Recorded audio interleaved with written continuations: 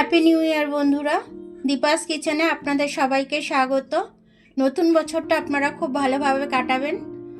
আর আমি আজকে নতুন বছরের জন্য খুব ভালো কিছু আমি বানাতে পারলাম না শীতের জন্য, তো আমি সরু চাকলি বানাচ্ছি, সেটাই আমি আপনাদের সাথে শেয়ার করছি।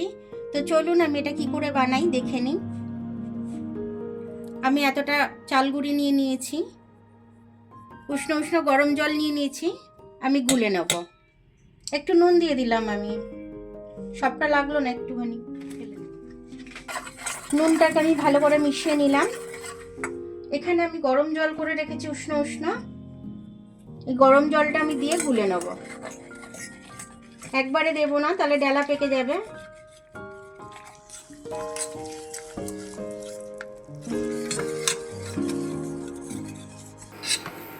এইভাবে পাতলা করে গুলে নিয়েছি। সরু চাকলি করতে গেলে একদম পাতলা করে গুলে নিতে হয়। একদম দেখুন এরকম ভাবে, একদম গায়ে মানে একদম জাস্ট এরকম থাকবে। ফ্রাই প্যানটা আমার গরম হয়ে গেছে, এবার আমি সরু চাকলির ব্যাটারটা দিয়ে দেব।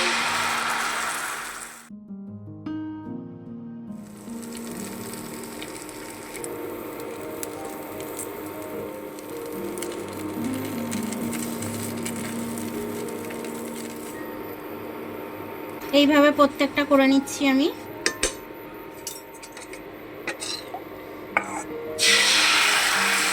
সরু চাকলি পিঠে একদম সুন্দরভাবে হয়েছে। এইভাবে ছিঁড়ে ছিঁড়ে এরকম গুঁড়ে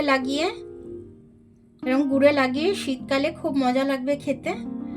আর নতুন বছরে দাদা সকালবেলাটা একদম জমেই যাবে, এইভাবে একদম খুব সুন্দরভাবে জমে যাবে। তো নতুন বছরে নতুন কিছু বানিয়ে খান, নতুন বছরে নতুন দিনে ভালো কোথাও ঘুরতে ফুরতে যান, নতুনভাবে নতুন বছরটা কাটান। অনেক অনেক ভালোবাসা রইল আপনাদের জন্য, আমার সব বন্ধুদের জন্য অনেক ভালোবাসা রইল। ভিডিওটা দেখার জন্য অনেক অনেক ধন্যবাদ।